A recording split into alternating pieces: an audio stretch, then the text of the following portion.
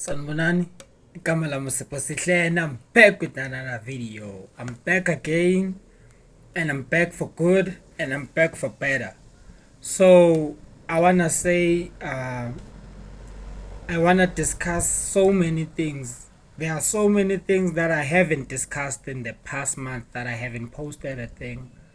So this will be my first video for this year. First, it's congratulations to the metrics. I know some people are very skeptic and talking about the high pass ratio with the low quality, which is also reasonable, but that's not the topic today. The topic today is I wanna call out some actions from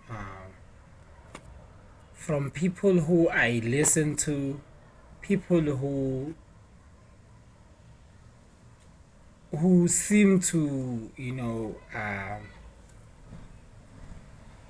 lack that same aggression they have for South Africa in other countries, but they're easy to bash out South Africa when they go through something. Some of them, and most of them, are Pan Africanist, if you haven't realized who I'm talking about, who will change the situation that the South Africans are facing into a Pan Africanist situation that's just not good for people of this country. Let's just talk for an example. Let me just show you their mixed emotion on what's happening. While South Africa are staying on the same emotions, these people are changing emotions. Firstly, when the thing of illegal miners emerged, Operation Valumkoti, South Africans were happy, with the Operation Valumkoti, because of they don't want this anymore. We don't want this anymore. We don't want illegal people doing illegal stuff in our country anymore. We are fed up. So these people called for help, for food, not help to be retrieved, because obviously there was a kingpin. But as we unroll, when our minister said we should smoke them out, so many people, Pan-Africanists, people who I listen to, and I'm able to call out people like Zach, King Said So, and to call a few, and Decent Q, to call a few. And I listen to them, and I'll continue to listen to them. This doesn't change any fact about their content, but it says a lot based on, so I don't care what their vision about Africa. I think their vision for Africa, our perspective, our narrative, and I think it's a very good thing. But as a South African, they just disregard our narrative on what our brothers are really doing to us. As a parent, if Pan-Africanist is a parent and being represented by people who are doing this, it's like treating children differently.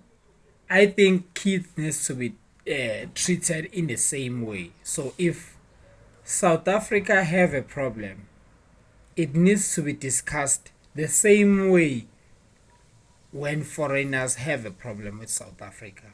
For an example, when they say we are in xenophobia, we are xenophobic, it's easy to get the traction. But when we say they are xenophobic because they hate our country, they take our mineral resources, they do things to our women. They do this. They don't love our country. No, but they say we are lazy. They say we are intimidated. They say all sorts of names.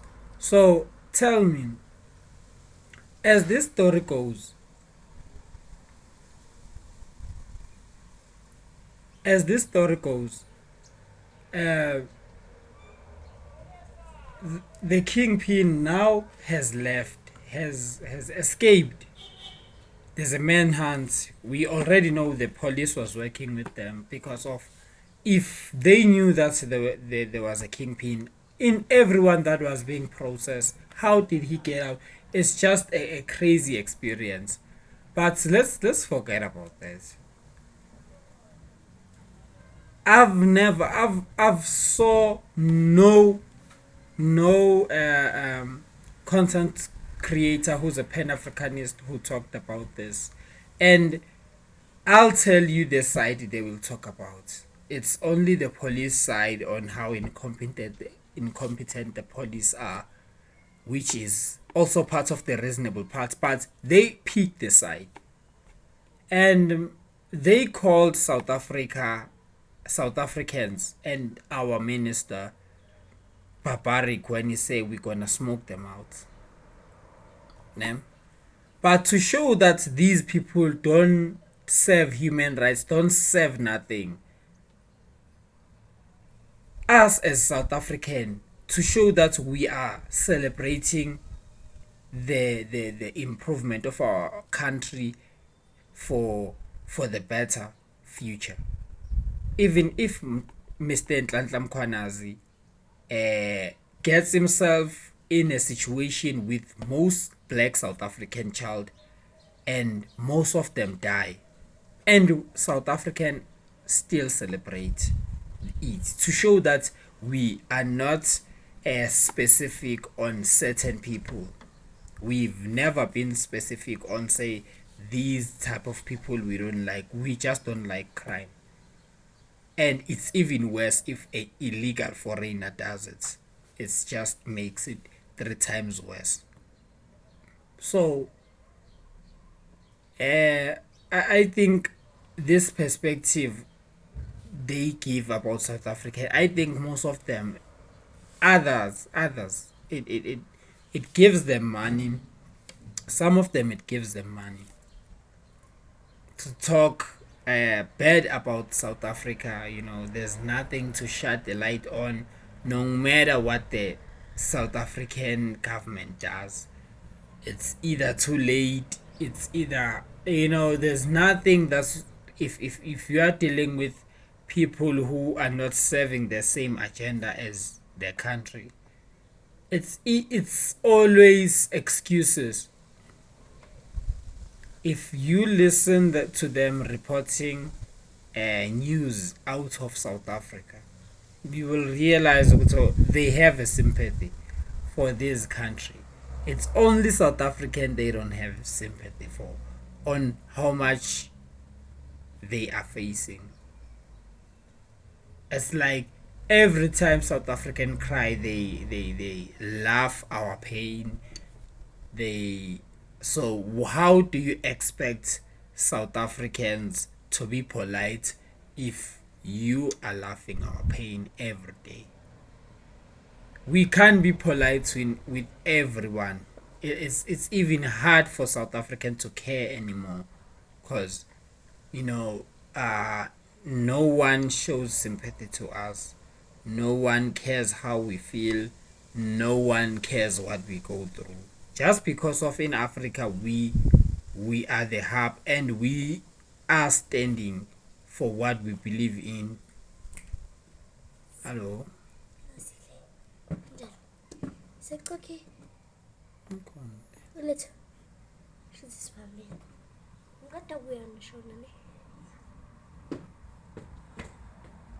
Sorry for that.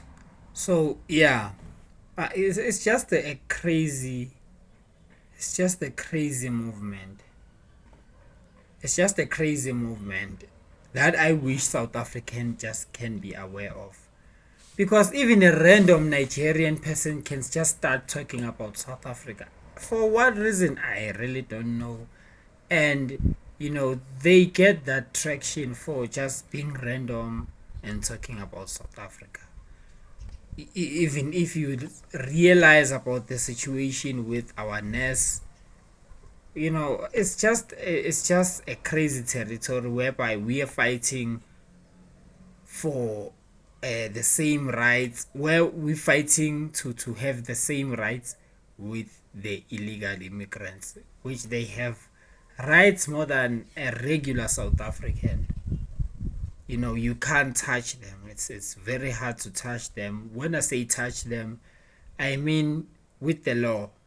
The law protects the criminals and the illegal people. So it's a very crazy place for South African to be, because as a South African, the other part you should understand is we won't fold hands and say, okay, just because the government is sidelining us and giving the illegal foreigners all the opportunities, and the Africans will come every time and talk about colonialism. The Nigerian will talk about what they did during apartheid. Everybody is just on that. They don't wanna move on. We will stand for this country no matter what. I think we've stood for Africa more than Africa could ever stand for itself in the world stage. If you follow through on how much have we done and how much are we continuing to do. South Africa had so much potential to had so much potential to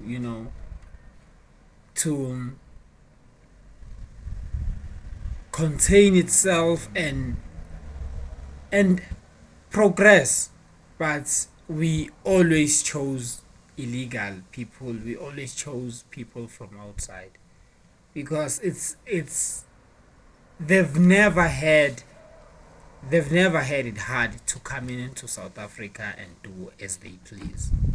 So I mean, that's in that way, meaning we've given them as a free pass. So I think we need to be careful for those in 2024. We need to be careful.